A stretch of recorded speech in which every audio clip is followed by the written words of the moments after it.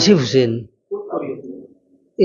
আপনাৰ ঢাকাৰ একজাক্টলি নহয়, এইটো ঢাকাৰ ওচৰে পাজৰে মন্ন মেডিকেল কলেজ, মানিকগঞ্জ।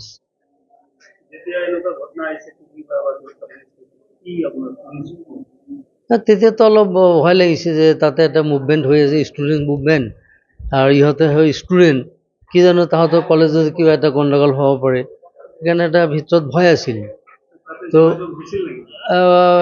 ধৰক দুদিনলৈকে যোগাযোগ হোৱা নাছিল, তেতিয়া ইণ্টাৰনেট নাছিলেতো।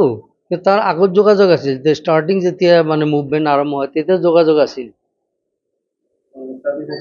তাৰপিছত আজি যেতিয়া সিহঁতে বৰ্ডাৰ আহি পাই পেলাই বৰ্ডাৰৰ পৰা ফোন কৰিছে যে আমি এনেকুৱা আহি পালোঁ, তেতিয়াতো ভাল পালোঁ যে যাক আহি পাইছে। না, তাহাঁতে নিজাববীয়াকৈ আহিছে কলেজত। সিহঁতে কোৱা মতে আৰু কি, কলেজটো অনিৰ্দিষ্টকাললৈ বন্ধ দিছে।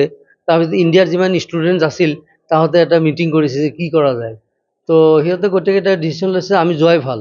আসিফ হোসেন, ধুবুৰী। ধুবুৰী চাৰ্চ বিদ্যালয়। মই বাংলাদেশত পঢ়ি আছোঁ, MBBS 5th ইয়াৰ ষ্টুডেণ্ট। বাংলাদেশৰ অৱস্থাটো বৰ্তমান ভাল নহয়, যিহেতু কোঠা মুভমেণ্ট হৈ আছে। সেইটোৰ কাৰণে ঢাকাত বহুত ঠাইত প্ৰটেষ্ট চলি আছে, বহুত ষ্টুডেণ্টো মাৰা গৈছে প্ৰটেষ্টত। যিবিলাক পুলিচ অফিচাৰ ডিউটিত আছিল, বহুত পুলিচ অফিচাৰো মাৰা গৈছে। আৰু আমি যোনটো কলেজত থাকোঁ, মানিকগঞ্জ বুলি কয়, তো তাতে এতিয়ালৈকে একো প্ৰব্লেম হোৱা নাই আমালোকৰ কলেজত।